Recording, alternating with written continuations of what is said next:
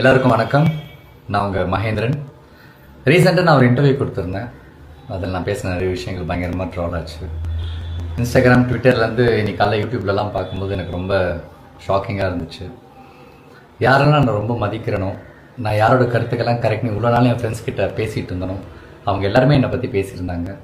அவங்க ஒரு செகண்ட் நினச்சிருந்தா மகேந்திரன் இதை சொல்ல வரல, இதை தான் சொல்ல வந்திருந்தாரு அவங்க சொல்லியிருக்கலாம். பட் அவங்க சொல்லலை. It's okay. இது நான் தானே பேசுகிறேன் சார், சின்ன கிளாரிஃபிகேஷன் வீடியோ கொடுத்துடலாம். அண்ட் என்னோட மக்களுக்கு நான் என்ன சொல்ல வந்தேன்றதை கரெக்டாக சொல்லிடலாம் அப்படின்றதுக்காக தான். கேள்வி கேட்டால் கரெக்டாக வந்துருமான்னு நான் கேட்டேன். நான் யாரை பார்த்து கேட்டேன் அப்படின்னா, மின்சாரத்தை வச்சு அரசியல் பண்ணுவாங்கல்ல, மக்களுடைய ஃபீலிங்ஸை வச்சு அரசியல் பண்ணுறவங்க, அண்ட் கடைசி வரைக்கும் கேள்வியை மட்டுமே கேட்டுட்டு இருப்பாங்கள்ல, அவங்கள தான் நான் கேட்டேன். அது வெகு சில பேர் இருப்பாங்க, அவங்கள தான் கேட்டேன். நீங்கள் கேள்வி கேட்டால் கரெக்ட் வந்துருமான்ட்டு.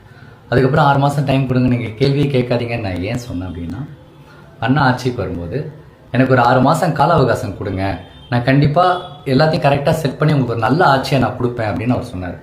அவர் மேலே இருக்கிற நம்பிக்கையில், அன்பில், ஸோ அவரே கேட்டிருக்காரு, நம்மளும் கேட்போன்ற ஒரே சென்ஸில் தான் நான் சொன்னேன். அவர் 6 மாதம் டைம் கொடுங்க, கேள்வி மட்டுமே கேட்காதீங்கன்ட்டு. அதுவும் வெகு சில பேர், பொதுமக்கள் கிடையாது. அண்ட் அப்புறம் இந்த சோலார் சிஸ்டம்லாம் சொன்னேன். எஸ், அது என்னுடைய தப்பு தான், அது என்னோடய வார்த்தை பிழை தான். நான் ஒன்றும் பயங்கரமான ஸ்டூடெண்ட்லாம் கிடையாது. நான் ரொம்ப கஷ்டப்பட்டு 10th முடிச்சுட்டு அப்புறம் 12th போய் 11th 12th ஐயோப்பா படிக்க முடியாமல் நடுவிலே ஓடி வந்துட்டேன். ஸோ ரொம்ப சாதாரண ஒரு ஆவரேஜ் ஸ்டூடெண்ட் தான். ஸோ அதனால் நான் தப்பாக சொன்னேன். அதை நான் வந்து சோலார் எனர்ஜின்னு சொல்லியிருக்கலாம், சோலார் பவர்னு சொல்லியிருக்கலாம், சோலார் பேனல்னு சொல்லியிருக்கலாம், இந்த மாதிரி நிறைய விஷயம் சொல்லியிருக்கலாம். அங்கே நான் சரியாக என்னால் சொல்ல முடியல. நான் என்ன சொல்ல வந்தேன்றதை இப்போ நான் சொல்கிறேன்.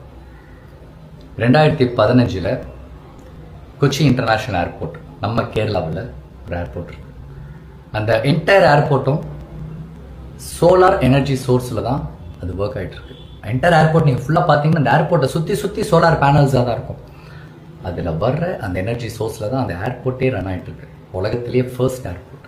நான் அதை நினச்சிருக்கேன். நான் அப்போ நினச்சிருக்கேன், ஏன் நம்ம தமிழ்நாட்டில் இந்த மாதிரிலாம் இல்லை, நம்ம கிராமத்தில் எவ்வளோ மக்கள் கஷ்டப்பட்டுக்கிட்டு இருக்காங்களே, அங்கே ஒரு கவர்மெண்ட் செஞ்சுதே, இந்த நம்ம ஊரில் கவர்மெண்ட்டே செய்யலையா அப்படின்னு நான் நினச்சேன். அப்புறம் பார்த்தா 2011 அன்னைக்கு சிஎம்மாக இருந்த ஜெயலலிதா அம்மா அவங்களோட வீட்டு மனை திட்டத்தில் வீட்டுக்கு மேலே சோலார் பேனல்லாம் வச்சு செட் பண்ணி ஒரு டெக்னாலஜி இன்ட்ரடியூஸ் பண்ணியிருக்காங்க. ஏன் பண்ணாங்க?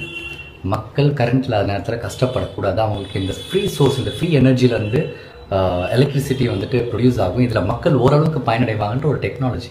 அன்றைக்கி நம்ம அதை ஃபாலோ பண்ணி தான் இன்றைக்கி இந்த 2026 நம்ம டெக்னாலஜி நல்லாவே நம்ம அதை புரிஞ்சிருப்போம். அதெல்லாம் நம்ம மிஸ் பண்ணிட்டோம். இதெல்லாம் தான் நான் சொல்ல வந்தேன். அப்புறம் சொன்னேன், என் வீட்டிலேருந்து கரண்ட் எடுத்துக்கணும். நான் எப்படி என் வீட்டிலேருந்து கரண்ட் எடுத்துப்பாங்க?